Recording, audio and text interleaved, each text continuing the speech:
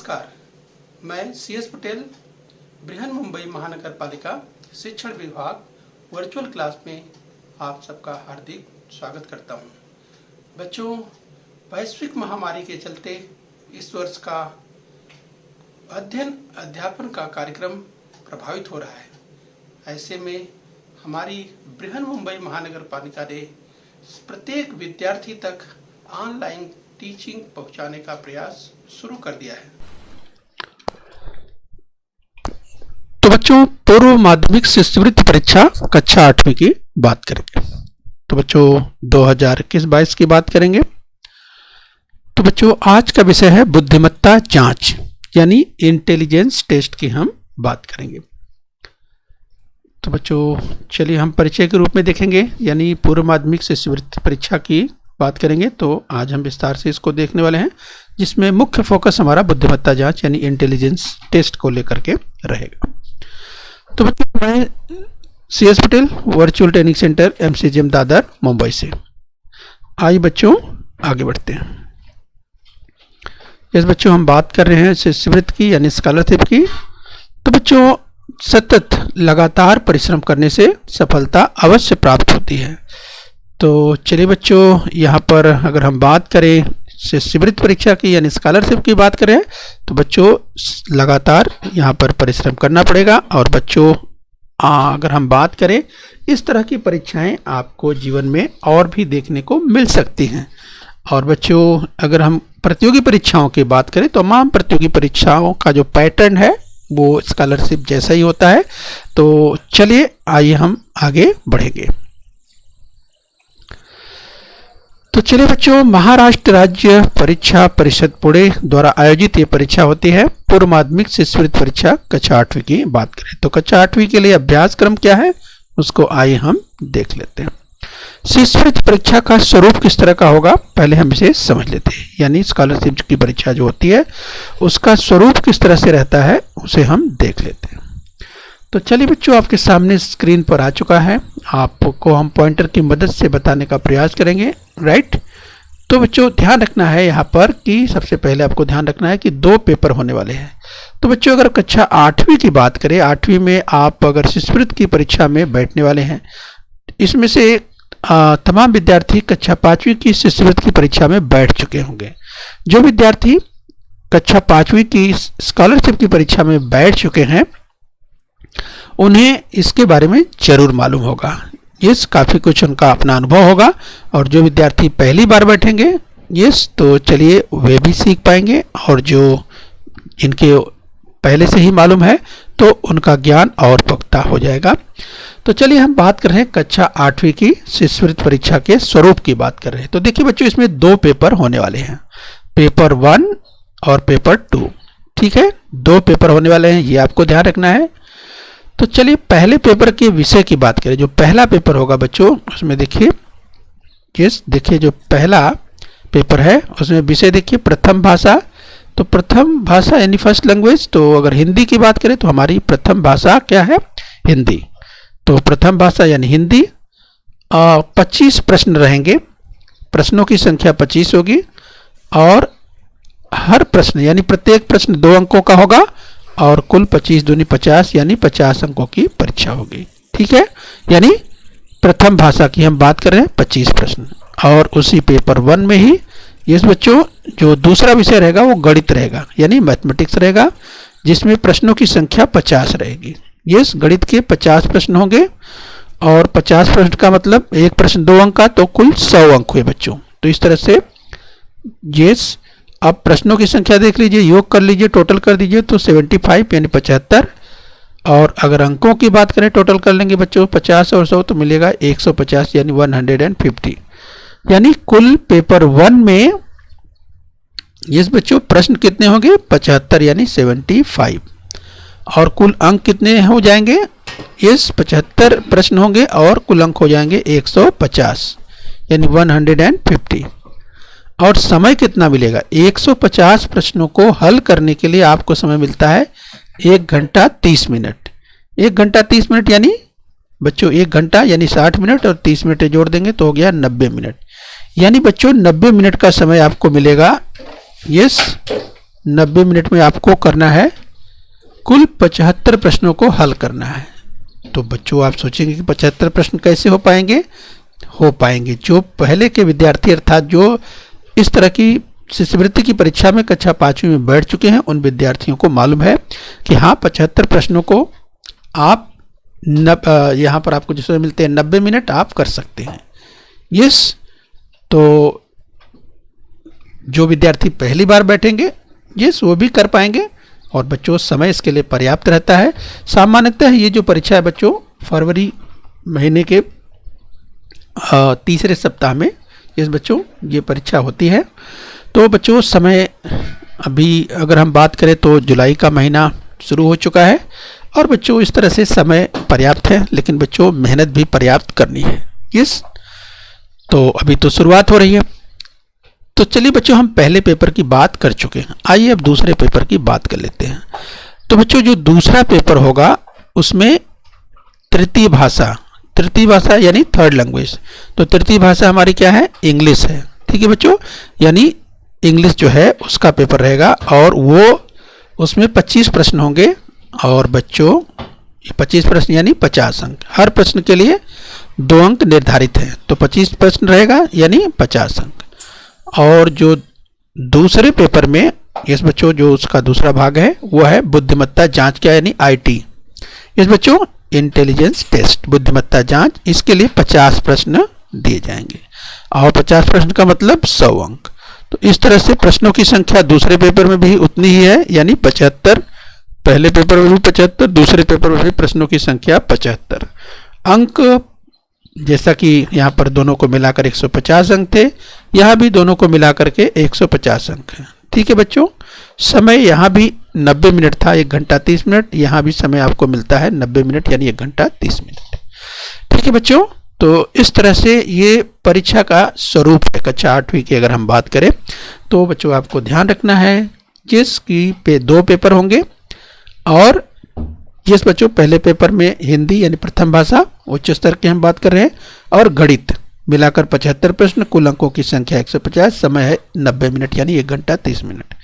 उसी तरह से दूसरे पेपर में बच्चों थर्ड लैंग्वेज यानी इंग्लिश रहेगी और बुद्धिमत्ता जांच यानी IT, जिसमें जो प्रश्न होंगे 75 प्रश्न यानी तृतीय भाषा इंग्लिश के 25 प्रश्न और 50 प्रश्न IT के बुद्धिमत्ता के। तो कुल मिलाकर के कितने हो गए? 75 प्रश्न और कुल अंक हो जाते हैं 150 150। और इस तरह से बच्चों जो समय मिलता है आपको कितने मिलते हैं? समय आपको मिलते हैं 1 घंटा 30 मिनट। ठीक है बच्चों, तो ये है शिष्यवृत्ति परीक्षा का स्वरूप। जिस बच्चों पूर्व माध्यमिक कक्षा 8वीं की हम बात कर रहे हैं। आइए बच्चों इसी क्रम में हम और आगे बढ़ लेते हैं। तो चलिए बच्चों प्रश्नों के कठिनाई का स्तर की अगर बात करें, प्रश्नों की कठिनता का स्तर, तो चलिए बच्चों समझ लेना है। प्रश्न होंगे 75 हर एक पेपर में। तो सरल स्वरूप के प्रश्न रहेंगे 30%। 100% में से बच्चों 30% प्रश्न ऐसे होंगे जो आप निरंतर अभ्यास के द्वारा देखते ही उसे आप हल कर पाएंगे, यानी बहुत कम समय में कुछ ही सेकंड में आप हल कर लेंगे। यस बच्चों, तो ये आपको ध्यान रखना है। सरल स्वरूप के प्रश्न 30% रहेंगे, ये आपको ध्यान देना है। अगर हम मध्यम स्वरूप के प्रश्नों की बात करें यानी सरल से थोड़ा सा और जो है उसमें समय लगेगा और वो मध्यम स्वरूप के प्रश्न होते हैं और उनका जो प्रतिशत है वो 40% है। तो ऐसे बच्चों सरल स्वरूप के प्रश्न और मध्यम स्वरूप के प्रश्न मिलाकर 40 और 30 70% हो गए। अब बाकी बचा 30%। तो जो 30% है बच्चों वो रहेगा कठिन स्वरूप के प्रश्न। कठिन स्वरूप से तात्पर्य क्या है बच्चों? यानी बच्चों इसमें जो अगर कैलकुलेशंस की बात करें या सोचने की बात करें, समझने की बात करें, इसमें थोड़ा समय अधिक लगेगा। इस तरह के प्रश्न होंगे, ठीक है। या इसमें ऐसे प्रश्न होंगे जिसमें कई बार मतलब आपको सोचना पड़ता है। यस, अगर बुद्धिमत्ता की ही बात करेंगे तो हम आपको बताएंगे, कभी आप देखेंगे उसमें दाएं बाएं, हाँ ऊपर नीचे, एक ही प्रश्न में किस तरह से थोड़ा सा घुमा कर पूछा जाता है।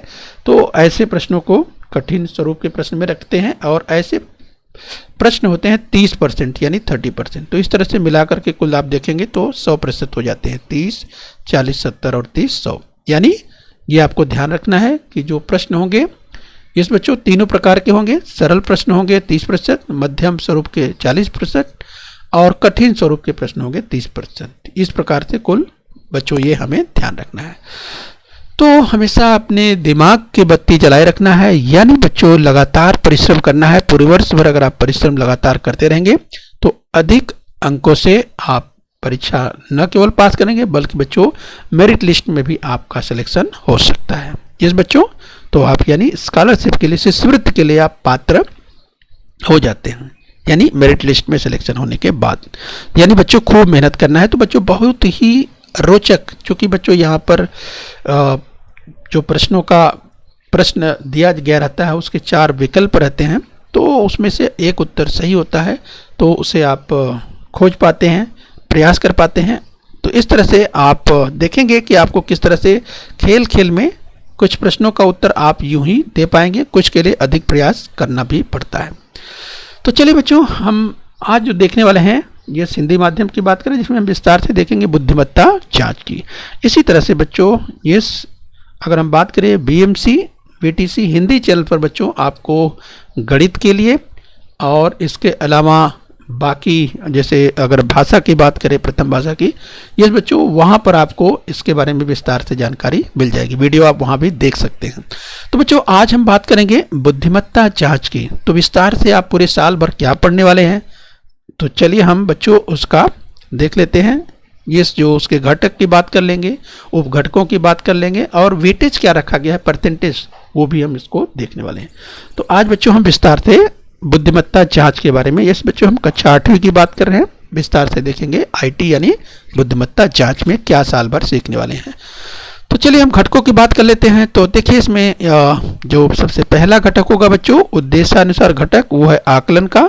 और इसमें उप घटक देखिए 3 है, जिसमें पहला है सूचनाओं का पालन, वर्णात्मक जानकारी, भाषा ज्ञान और अंग्रेजी अक्षरमाला। यस, तो पहले यानी आकलन में आपको 3 उप घटक हैं, ध्यान रखना है। तो इस पर आधारित बच्चों जो भारांश है, वेटेज है, वो 10% यानी 10% इसका वेटेज रखा गया है। दूसरा घटक है बच्चों वर्गीकरण, यस बच्चों यानी क्लासिफिकेशन, तो ये आपको ध्यान रखना है। और बच्चों इसमें है 4 उप घटक आप देख सकते हैं, जिसमें पहला उप घटक है शब्द संग्रह, दूसरा आकृति, तीसरा संख्या और चौथा है वर्णमाला अंग्रेजी का, राइट। तो इस तरह से इसका वेटेज है 10%। ठीक है बच्चों, तो ये दूसरा उप घटक हो गया, दूसरा घटक हो गया और यहाँ पर उप घटक हो गए 4। तीसरा घटक है बच्चों सम संबंध। यस, तो बच्चों आगे हम कुछ उदाहरण भी लेने वाले हैं, आज समझने वाले हैं कि प्रश्न किस तरह के पूछे जाते हैं। तो रैंडमली कुछ उदाहरण भी हम आज देखने वाले हैं। ठीक है बच्चों, तो चलिए जरा पहले घटक और उप घटकों को समझ लीजिए जो आप पूरे साल भर पढ़ने वाले हैं। तो तीसरा घटक है बच्चों सम संबंध। अब इसमें उप घटक क्या है जरा वो देख लीजिए। पहला उप घटक है इसमें शब्द संग्रह, दूसरा आकृति, तीसरा है संख्या, चौथा है वर्णमाला अंग्रेजी। तो यहाँ बच्चों इसका वेटेज है 10% यानी 10% इसका वेटेज देख सकते हैं।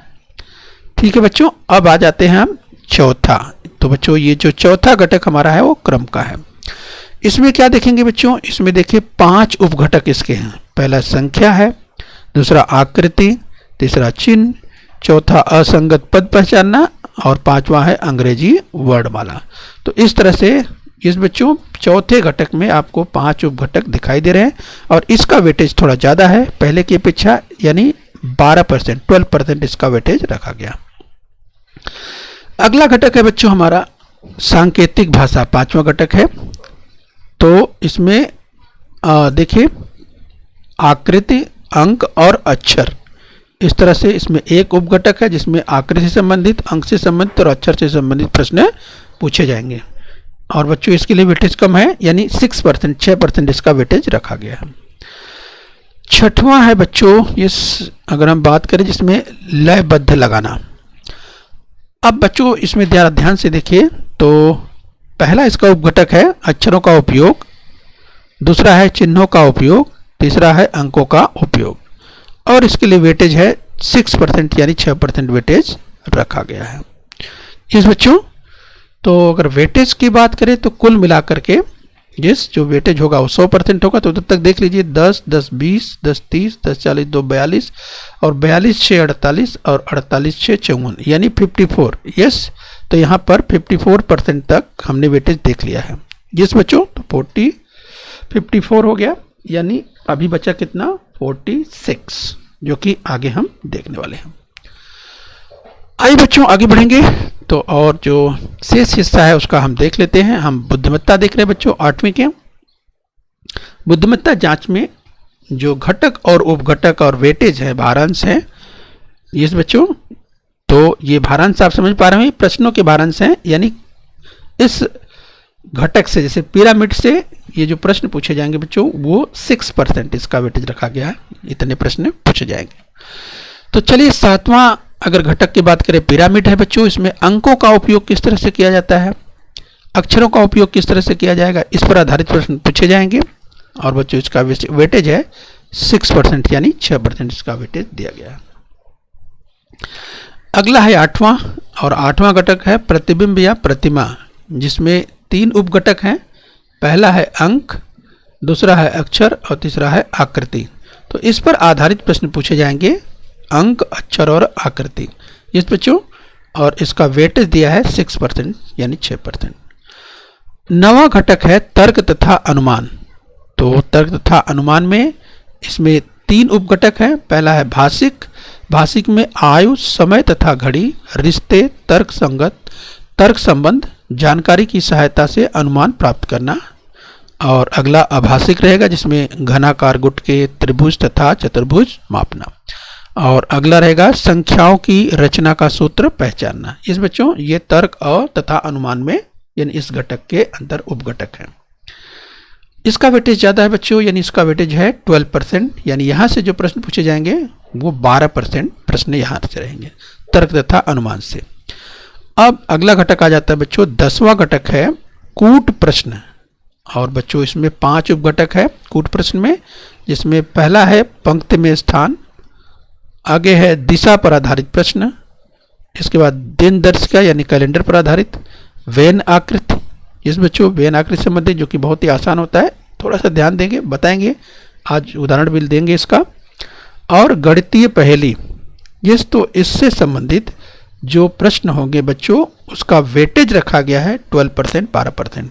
तो पर्याप्त वेटेज यहाँ देख सकते हैं, कूट प्रश्न से संबंधित देखे जा सकते हैं। अगला है और आखिरी है बच्चों आकृति का पृथक्करण, यानी 11वां जो घटक है आकृति का पृथक्करण, जिसमें 4 सब टॉपिक है। पहला है अपूर्ण आकृति को पूर्ण करना, हूबहू आकृति पहचानना, घड़ी संबंधी आकृति और छुपी हुई आकृति पहचानना। इसके लिए वेटेज है 10%।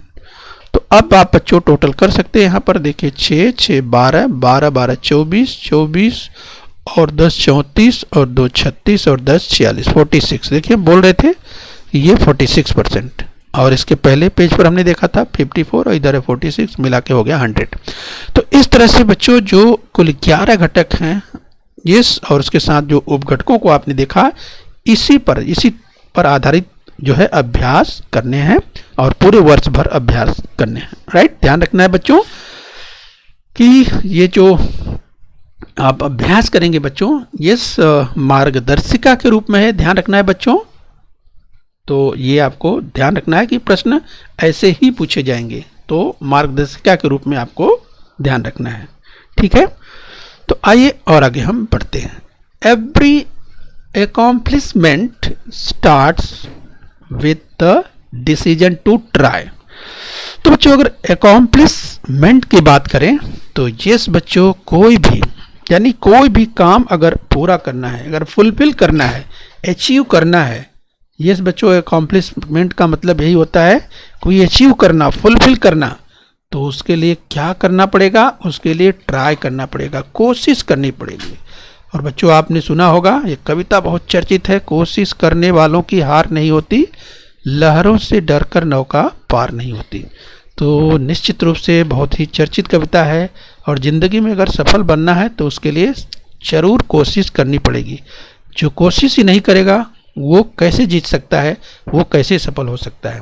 जिस बच्चों, तो शिष्यवृत्ति परीक्षा कुछ इसी तरह की होती है जहां पर प्रयास करना है, कोशिश करना है और लगातार मेहनत करनी पड़ती है, फिर आपको सफलता जरूर मिल जाती है। तो कोशिश करने वालों की हार नहीं होती, लहरों से डरकर नौका पार नहीं होती। बहुत अच्छी कविता है। तो अपने आप को पूरे वर्ष भर ऊर्जावान बनाए रखना है, लगातार मेहनत करते जाना है और सोचना है कि हाँ हम कर सकते हैं। यस आई कैन डू, हम कर सकते हैं, मैं कर सकता हूँ। यस मैं बहुत अच्छा कर लूँगा। इसके लिए प्रयास भी करना पड़ेगा, कोशिश करनी पड़ेगी। तो चलिए, ये ट्राई का उदाहरण आप बच्चों अपने दिमाग में जरूर रखिए कि लगातार परिश्रम के बाद आप देखेंगे कि प्रश्नों को आप 75 प्रश्नों को यस बच्चों 1.5 घंटे में यानी 90 मिनट में आप कर पाएंगे। आपकी इतनी तैयारी हो जाएगी। यस बच्चों, आप इतनी तैयारी कर पाएंगे, 90 मिनट क्या आप 10 मिनट पहले भी कर पाएंगे। यस तमाम विद्यार्थी कर भी पाते हैं। तो बच्चों घबराने की बात नहीं है, डरने की बात नहीं है, लगातार मेहनत करेंगे। ढेर सारे उदाहरण आप देखेंगे, एग्जाम्पल समझेंगे किस तरह से यहाँ पर कुछ शॉर्टकट, हाँ कैसे कैसे आपको उत्तर निकालना है, किस तरह से मेहनत करना है, ढेर सारे उसके लिए जो सूत्र हैं, फार्मूलाज हैं, ये सारी जो कह सकते हैं कि प्रयास है इस संदर्भ में कि कैसे आपको सही उत्तर तक पहुंचना है। और जो समय मिलता है आपको यानी 90 मिनट, 1.5 घंटे में आपको 75 प्रश्नों को बड़े ही सफलता के साथ और अच्छी तरह से पूरा कर लेना है।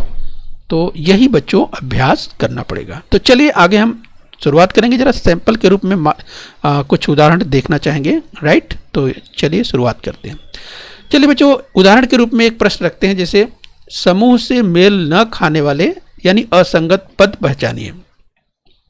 चलिए बच्चों समझ लीजिए, आपके पास 4 विकल्प मिलते हैं। ऐसे ही प्रश्न आगे, मान लो पहला प्रश्न है। चलिए उदाहरण के लिए, जैसे पहला दिया है बर्लिन, दूसरा रोम, तीसरा भूटान और चौथा बगदाद। तो बच्चों आप सोचिए कि आखिर में इसमें उत्तर क्या हो सकता है। यस बच्चों आप सोचिए, तो आपको यहाँ पर बच्चों 4 विकल्प दिए हुए हैं। अब 4 विकल्प में यस बच्चों इसमें क्या कहा गया, समूह से मेल न खाने वाली, यानी इसमें 3 एक जैसा है, एक अलग है। एक जो अलग है वही असंगत है और वही आपको आपका उत्तर है, वही आपको पहचानना है। आप सोचिए बर्लिन, रोम, भूटान और बगदाद। तो आप जरा ध्यान से सोचेंगे बच्चों, तो आपको समझ में आएगा कि बर्लिन जो है वो बच्चों, बर्लिन जर्मनी की राजधानी है। इस बच्चों रोम भी राजधानी है, किसकी, इटली की राजधानी है। और बच्चों बगदाद भी राजधानी है, इराक की। और भूटान तो राजधानी नहीं है, भूटान तो एक देश है।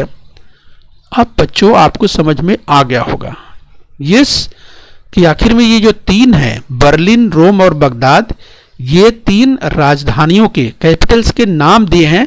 और जबकि ये जो तीसरा है, ये जो भूटान है, देश का नाम दिया हुआ है। यही अलग है, यही तो पूछा गया है यहाँ, असंगत क्या है। इस तरह से बच्चों आपको उत्तर मिल गया है। यस यानी पहला प्रश्न, जो भी प्रश्न है, ध्यान रखिए बच्चों, अगर पहला प्रश्न है इसका सही विकल्प तीसरा है, तब क्या करेंगे आप, तीसरे विकल्प को अच्छी तरह से बॉल पॉइंट पेन से रंग देंगे। इस तरह से ब्लैक या ब्लू, जो भी आपको पसंद है। यस बच्चों, ब्लैक या ब्लू, बॉल पॉइंट पेन से ध्यान रखिए, ब्लैक या ब्लू से आपको रंगना है, 2 में से कोई एक। तो अब देखिए 4 जो आपको विकल्प मिले, तीसरा विकल्प सही था, उसे आपने रंग दिया। बच्चों इसके बाद आपको, जो बच्चों 5वीं कक्षा में स्कॉलरशिप की भी परीक्षा में बैठ चुके हैं, उनको मालूम है कि इसके लिए आंसर शीट एक अलग मिलती है। यस बच्चों, तो आंसर शीट, उत्तर कहाँ देना होता है, अलग देना होता है। प्रश्न अलग रहता है प्रश्न का, और जो आंसर शीट होती है कुछ इस तरह की मतलब रहेगी, अलग रहेगी। अब उसमें जैसे यहाँ पर क्रमांक से प्रश्न दिए रहेंगे 1 2 3 4 इस तरह से। जैसे पहला प्रश्न है, मान लीजिए उदाहरण के लिए, तो पहला का आपने विकल्प क्या देखा सही, तीसरा आपने विकल्प देखा सही था। तो इसलिए इसको क्या करना पड़ेगा, इसको तीसरे को रंग देना पड़ेगा। इस तरह से आपको उत्तर कहाँ देना है बच्चों, आंसर शीट में अपने उत्तर इस तरह से देना है। ठीक है, तो हमने यहाँ उदाहरण के रूप में रखा है। तो इस तरह से बच्चों आपको अपना उत्तर आंसर शीट में इस तरह से देना है। आइए बच्चों एक और उदाहरण देख लेते हैं। अब जरा ध्यान से देखिए, एक प्रश्न और उसी तरह का, समूह से मेल न खाने वाले असंगत पद पहचानिए। तो जरा देखिए, वृक्ष, पयोद, तरु, पेड़। तो बच्चों ध्यान से आप देखिए, यहाँ पर ध्यान रखना है बच्चों, स्कॉलरशिप यानी शिष्यवृत्ति के लिए इस बच्चों भाषा का खूब अभ्यास होना चाहिए, और इसके साथ साथ आपका जो शब्द भंडार है, इस बच्चों आपका शब्द भंडार ज़्यादा से ज़्यादा होना चाहिए, जिससे आप तमाम शब्दों के अर्थ आपके दिमाग में हो, जिससे उससे संबंधित कोई भी प्रश्न आए तो आप हल कर सके। अब देखिए बच्चों, वृक्ष, पयोद, तरु, पेड़। अब इसमें से अगर चारों शब्दों के अर्थ आप नहीं जानेंगे तो फिर प्रश्न का उत्तर देना बड़ा मुश्किल हो जाएगा। तो इसके लिए बच्चों हमने कहा कि इसके लिए शब्द भंडार बढ़ाना पड़ेगा और लगातार मेहनत करनी पड़ेगी। और इसमें से तमाम विद्यार्थियों ने उत्तर शायद समझ भी लिया होगा कि इसमें असंगत क्या है, इसमें मेल न खाने वाला है, यानी अलग क्या है।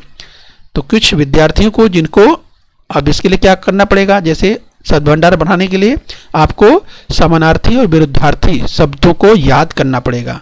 तो अगर समानार्थी शब्द जिन विद्यार्थियों को वृक्ष का यानी पेड़ का याद होगा, उनको उत्तर मिल भी गया होगा, क्योंकि वृक्ष, तरु और पेड़ ये समानार्थी शब्द हैं। यस। और बच्चों जबकि पयोद, यस, पयोद का मतलब बादल होता है। यस, तो यहां पर ये अलग है, ठीक है। वृक्ष, तरु और पेड़ ये समानार्थी शब्द है वृक्ष के, पेड़ के, लेकिन पयोद यही अलग है। पयोद का मतलब बादल से होता है। तो इसलिए जो हमारा विकल्प है, हमारा जो सही विकल्प है, सही उत्तर मिल गया। यानी क्या करना था, इसमें से समूह से मेल न खाने वाला। ध्यान रखना है बच्चों, प्रश्न को बहुत ध्यान से समझना होता है, पढ़ना होता है। यस, कि आखिर पूछा क्या गया है। तो इसमें असंगत पूछा गया है, तो इसमें असंगत यही है पयोद, यानी दूसरा विकल्प सही है। तो हमने यहाँ पर उत्तर क्रमांक यानी जो भी अगर दूसरा प्रश्न है तो इसका दूसरा सही है, तो यानी यहाँ पर दूसरे को इस तरह से आप पूरी तरह से उसको रंग देंगे, इस तरह से रंग देंगे, राइट। अब बच्चों इसको आपको आंसर शीट जहाँ है वहाँ पे करना है, जो आपको मिलता है। यानी अगर हम बात करें जहाँ प्रश्न है, उत्तर यहाँ नहीं देना है, बल्कि उत्तर कहाँ देना है, उत्तर आपको बच्चों अपने आंसर शीट में देना है। जैसे दूसरा प्रश्न था, दूसरे का दूसरा विकल्प सही था, तो दूसरे का दूसरा विकल्प इस तरह से भर देना है। ठीक है बच्चों, तो इस तरह से आपका 2 प्रश्न पूरा हो गया। चलिए एक उदाहरण और ले लेते हैं। अब जरा यहाँ ध्यान से देखिए, यहाँ पर प्रश्न देखिए बच्चों, केवल एक ही आकृति में आने वाले अंकों का योग कितना होगा। बाईं ओर एक आकृति दी गई है, जरा ध्यान से देखिए बच्चों। यहाँ पर कुछ अंक लिखे गए आकृतियों में, जिसे यहाँ पर आपको दिखाई देगा। देखिए ध्यान से, एक वृत्त आपको दिखाई दे रहा है। यस, और देखिए, और जो आपको अलग अलग यहाँ पर देखिए तो आपको ये आकृतियां दिखाई दे रही है। लेकिन पूछ क्या रहा, केवल एक ही आकृति में आने वाले अंकों का योग कितना होगा। यानी बच्चों इसको बहुत ध्यान से, जो प्रश्न पूछा गया है उसको बहुत ध्यान से पढ़ना है और उसका मतलब, उसका अर्थ अच्छी तरह समझ लेना है। तो क्या कहा, केवल एक ही आकृति में, केवल एक ही आकृति में। जैसे अगर वृत्त की बात करें तो वृत्त में यानी केवल वृत्त में, तो केवल वृत्त में क्या, ध्यान से देखिए, यानी ये जो 7 है ये केवल वृत्त में है, तो ये 7 को ले लीजिए। इसी तरह से इस आकृति में, यानी अगर त्रिभुज की बात करें, त्रिभुज में ये देखिए, त्रिभुज में अगर आप ध्यान से देखिए तो केवल त्रिभुज में, यानी आप देखिए कि ये जो 6 है ये केवल त्रिभुज में है, राइट। और उसी तरह से ये जो 4 भुजा की आकृति है उसमें 4 देखिए, तो ये जो 4 है वो केवल ये जो 4 भुजा की आकृति है इसमें है। तो इस तरह से 7 और 4 और 6 इसको आपको क्या करना पड़ेगा, जोड़ना पड़ेगा, क्योंकि पूछा है कि केवल एक ही आकृति में आने वाले अंकों का योग कितना होगा। तो 7 4 11 6 17, तो सही विकल्प क्या होगा, चौथा आपका सही विकल्प हो जाएगा। यस बच्चों, तो इस तरह से आपको जो आंसर शीट में बच्चों मिलते हैं 4 विकल्प, वहां देखिए चौथा सही है। तो चौथा आपको बच्चों, यस, जो भी प्रश्न क्रमांक हो, कभी कभी बच्चों यहाँ विद्यार्थी क्या गलती कर देते हैं, यस, देखते हैं हम कि वो जैसे तीसरा प्रश्न है तो आंसर शीट में तीसरे प्रश्न पर ही जा करके आपका ये तीसरे प्रश्न का चौथा विकल्प सही है, तो वहां पर आपको यही करना है। कुछ विद्यार्थी कभी कभी भूल कर जाते हैं, ऐसी गलती नहीं करना है। तो यहाँ पर देखिए, जो यहाँ प्रश्न क्रमांक है तीसरा, और तीसरे में जो सही विकल्प था चौथा, तो आपको ऐसा ही करना है, जरा भी इसमें चूक नहीं करनी है। नहीं तो बच्चों आपका सही जो उत्तर है, अगर आप सही नहीं दर्शाते हैं तो फिर वो उत्तर आपका गलत हो जाएगा। ठीक है, तो इसकी भी समझदारी रखनी चाहिए। तो चलिए बच्चों, तीसरा का आपने देखा, चौथा विकल्प बिल्कुल सही था। आइए बच्चों एक और लास्ट में अभ्यास कर लेते हैं। चलिए बच्चों, हम विस्तार से देखने वाले हैं बच्चों आगे क्रम से। केवल आज हम थोड़ा शुरुआत कर रहे हैं। प्रश्न किस तरह के होते हैं तो एक सैंपल के रूप में, नमूने के रूप में हम आपको बताने का प्रयास कर रहे हैं। जैसे मान लीजिए बच्चों, एक उदाहरण ले लेते हैं, पिरामिड का निरीक्षण करना, संख्या विन्यास समझना। इसमें संख्या विन्यास को ध्यान से समझना पड़ता है। तो यहाँ आपके सामने देखिए पिरामिड दिया हुआ है, अंकों का पिरामिड है। जरा संख्या को जरा ध्यान से देखिए।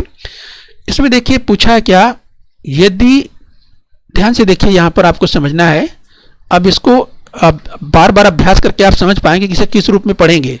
तो बच्चों इसे आप जैसे लिखा है 9510, तब इसको आप 9510 इस रूप में नहीं पढ़ना है। राइट बच्चों, किस रूप में पढ़ना है? इसको आप इस रूप में पढ़ना है, 9510 इस रूप में पढ़ना है। यस, 9510 इस रूप में पढ़ना है। यहाँ आप देख सकते हैं। तो आप देखिए 9510 का जो संबंध है वो जरा ध्यान से देखिए। तो किससे आपको दिखाई दे रहा है? ये देखिए 13, 8 और 12। ठीक है। अब 9, 5, 10, तो जरा देखिए 9, 5, 10, यहाँ देखिए 9, 5 और 10। तो 9, 5 और 10 का संबंध क्या आपको लग रहा है? तो ये देखिए क्या बन रहा है, एक त्रिभुज बन रहा है 9, 5, 10।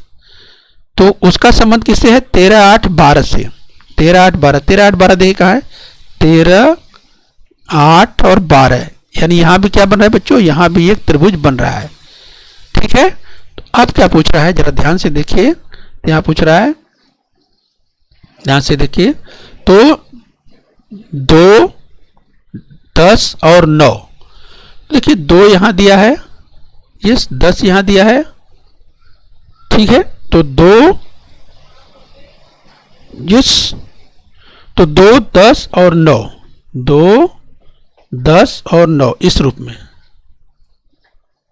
ठीक है। तो 2, 10 और 9 का संबंध किससे होगा, यानी यही प्रश्न पूछा जा रहा है। राइट। तो बच्चों आपने समझ लिया होगा, जब यहां 2, 10, 9 दिया है तो यहां पर देखिए, यानी यहां पर आएगा 4।